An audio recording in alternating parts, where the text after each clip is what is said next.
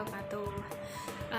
Lana, kita hari ini bertemu lagi dalam video pembelajaran pendidikan agama Islam. Nah, untuk materi kali ini kita akan membahas tentang iman kepada kitab-kitab Allah. Nah, silahkan kalian simak video yang Ibu sampaikan kali ini.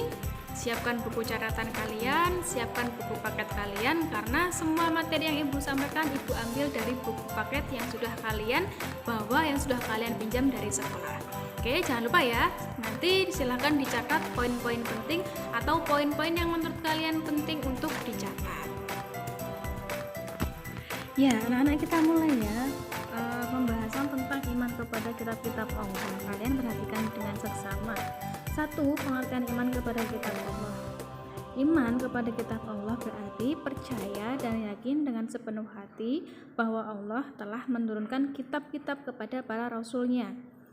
Ajaran yang terdapat di dalam kitab tersebut disampaikan kepada umat manusia sebagai pedoman hidup agar dapat meraih kebahagiaan di dunia dan akhirat. Nah, diturunkannya kitab Allah ini merupakan anugerah bagi manusia. Mengapa demikian?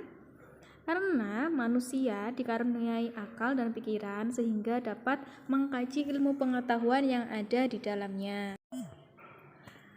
Dengan adanya kitab-kitab Allah, maka manusia dapat membedakan mana yang benar atau hak dan mana yang batil atau yang salah, mana yang bermanfaat dan mana yang mengandung mudarat atau keburukan. Jadi itu adalah fungsi dari iman kepada Allah dan fungsi dari diturunkannya Al-Quran kepada Rasul-Rasul Allah. Kemudian untuk lebih memahami hal tersebut, perhatikan firman Allah dalam Quran Surat Al-Ma'idah ayat 16 berikut ini. يهدي به الله من اتبع رضوانه سبل السلام ويخرجهم من الظلمات إلى النور بإذنه ويهديهم إلى صراط مستقيم. Artinya, dengan kitab itulah Allah memberi petunjuk kepada orang yang mengikuti keridhoannya ke jalan keselamatan. Dan dengan kitab itu pula Allah mengeluarkan orang itu dari gelap gulita kepada cahaya dengan izinnya dan menunjukkannya ke jalan yang lurus. Al-Maidah ayat 16. Nah, kemudian hari ini kita akan membahas tentang nama-nama kitab Allah Subhanahu wa Ta'ala dan juga Rasul penerimanya. Nah, kitab Allah yang perlu kita imani itu ada 4. Yang pertama itu Taurat, yang kedua kitab Zabur, yang ketiga kitab Injil, dan yang keempat adalah kitab Al-Quran. Nah, mari kita bahas satu persatu, mulai dari kitab Taurat. Kitab Taurat diturunkan pada abad ke-12 sebelum Masehi, yaitu sebelum Nabi Muhammad lahir. Kitab Taurat diwahyukan kepada Nabi Musa alaihi salam. Nama Taurat berarti hukum atau syariat. Nah, pada saat itu Nabi Musa diutus oleh Allah untuk berdakwah kepada bangsa Bani Israel. Oleh karena itu, tepat sekali kalau kita meyakini bahwa kitab Taurat diperuntukkan sebagai pedoman dan juga sebagai petunjuk hidup bagi kaum Bani Israel saat itu. Adapun bahasa yang digunakan dalam kitab Taurat adalah bahasa Ibrani. Sebagai muslim, kita sangat meyakini akan keberadaan kitab Taurat ini. Kita meyakini bahwa kitab Taurat benar-benar wahyu dari Allah. Keyakinan ini diperkuat oleh keterangan-keterangan yang ada di dalam Al-Quran. Salah satunya adalah yang tertuang dalam Quran Surat Al-Mu'minun ayat 49 yang berbunyi, A'udzubillahi minasyaitonirrajim, Bismillahirrahmanirrahim, Walaqad atayna Musal kitaba la'allahum yahtadun. Artinya, dan sungguh telah kami anugerahi kepada Musa kitab Taurat agar mereka, Bani Israel, mendapatkan petunjuk. Quran Surat Al-Mu'minun ayat 49. Kemudian pokok ajaran yang ada dalam kitab Taurat itu ada 10.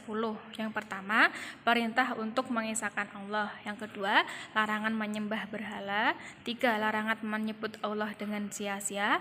4, perintah menyucikan diri pada hari Sabtu. Kemudian 5, perintah menghormati kedua orang tua. 6, larangan membunuh sesama manusia. 7, larangan berbuat zina. 8 larangan mencuri, 9 larangan menjadi saksi palsu, dan yang 10 adalah larangan mengambil hak orang lain.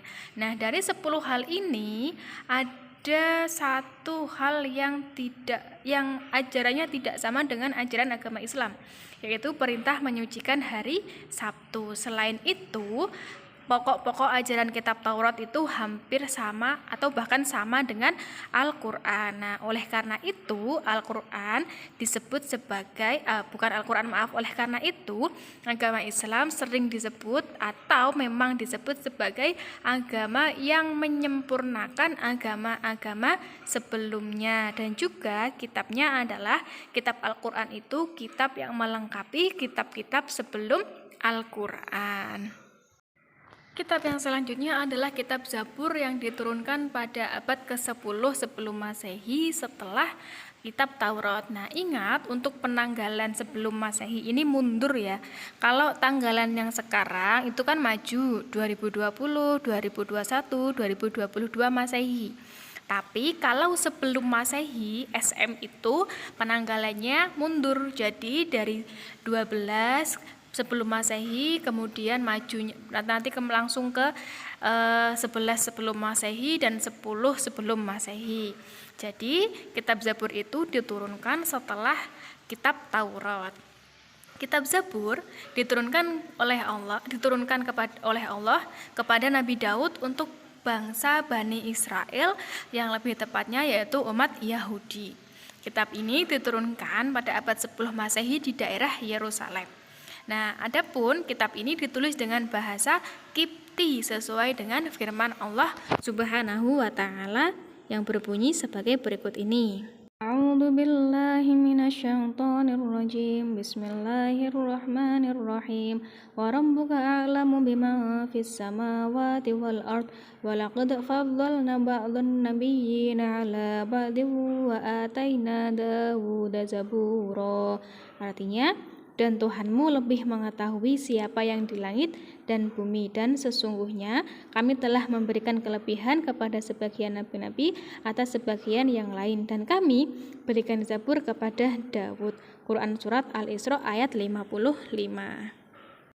Yang ketiga adalah kitab Injil yang diturunkan pada abad ke-1 sebelum Masehi setelah kitab Zabur. Nah, kitab Injil diturunkan kepada Nabi Isa yang diwahyukan di daerah Yerusalem.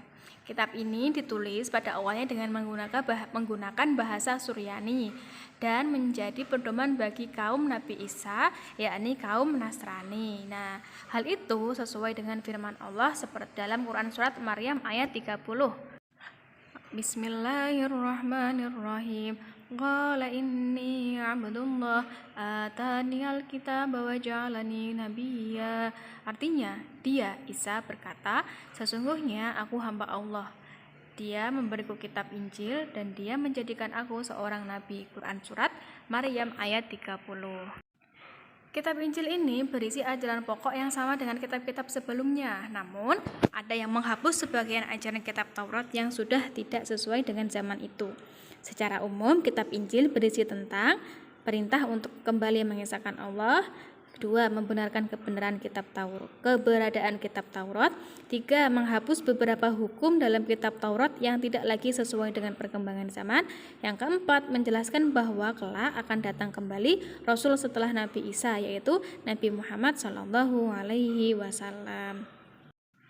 Nah, kemudian kitab yang wajib kita imani yang terakhir adalah kitab Al-Quran yang diturunkan pada abad ke-7 Masehi. Nah, ini sudah Masehi ya, bukan sebelum Masehi. Nah, kitab ini Al-Quran turun sekitar 611 Masehi sampai 632 Masehi, yang turun selama 22 tahun, 2 bulan, dan 22 hari, yang turun kepada Nabi Muhammad SAW sebagai kitab yang menyempurnakan kitab-kitab sebelumnya, dan juga sebagai agama yang melengkapi dan menyempurnakan agama-agama sebelum agama Islam.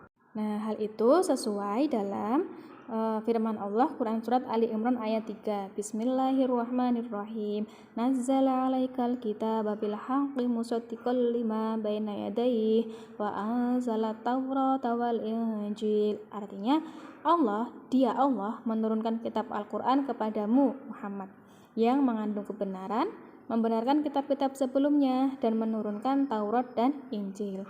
Quran surat Ali Imran ayat 3. Kemudian secara umum pokok-pokok ajaran yang terkandung dalam Al-Quran itu adalah 1. Akidah tentang keyakinan, 2. Akhlak tentang budi pekerti, 3. Ibadah yang berkaitan dengan tata cara beribadah seperti sholat, zakat, dan ibadah lainnya, 4. Yaitu muamalah yang berkaitan dengan tata cara berhubungan kepada sesama manusia, dan yang terakhir berisi tentang tarikh atau sejarah, yaitu kisah orang-orang dan umat-umat terdahulu. Nah, itu tadi adalah 4 kitab yang wajib kita imani, yang wajib kita yakini keberadaannya, dan kita tidak boleh untuk saling mengejek kitab satu sama lain karena semuanya turun dari Allah Subhanahu wa Ta'ala.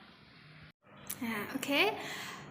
Anak-anak, itu tadi adalah video pembelajaran singkat tentang iman kepada kitab-kitab Allah yang perlu kalian pahami, yang perlu kalian pelajari. Nah, adapun tugas kali ini adalah kalian harus mencatat ayat-ayat Al-Quran yang ada di dalam video pembelajaran hari ini. Semuanya dicatat di buku tulis beserta artinya, tapi ingat tidak perlu dikumpulkan. Nah, walaupun tugas ini tidak perlu dikumpulkan, tetapi kalian tetap harus mengerjakan tugas-tugas yang Ibu sampaikan hari ini ataupun hari yang akan datang, karena nanti sewaktu-waktu Ibu bisa meminta kalian untuk mengumpulkan buku catatan kalian. Dulu ya, ingat sekali lagi, tugas tidak dikumpulkan tapi dicatat di buku masing-masing.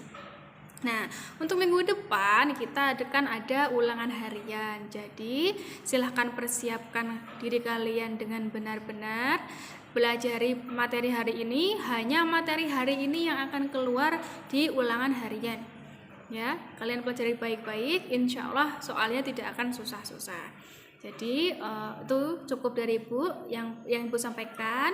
Semoga materi yang sedikit ini bisa bermanfaat untuk kalian semua dan juga bisa bermanfaat untuk Ibu. Tetap jaga kesehatan, jaga protokol kesehatan, kemudian jaga iman, jaga imun, dan juga jaga hati. Jangan lupa berdoa. Oke. Sekian dari Ibu. Kurang lebihnya mohon maaf. Wassalamualaikum warahmatullahi wabarakatuh.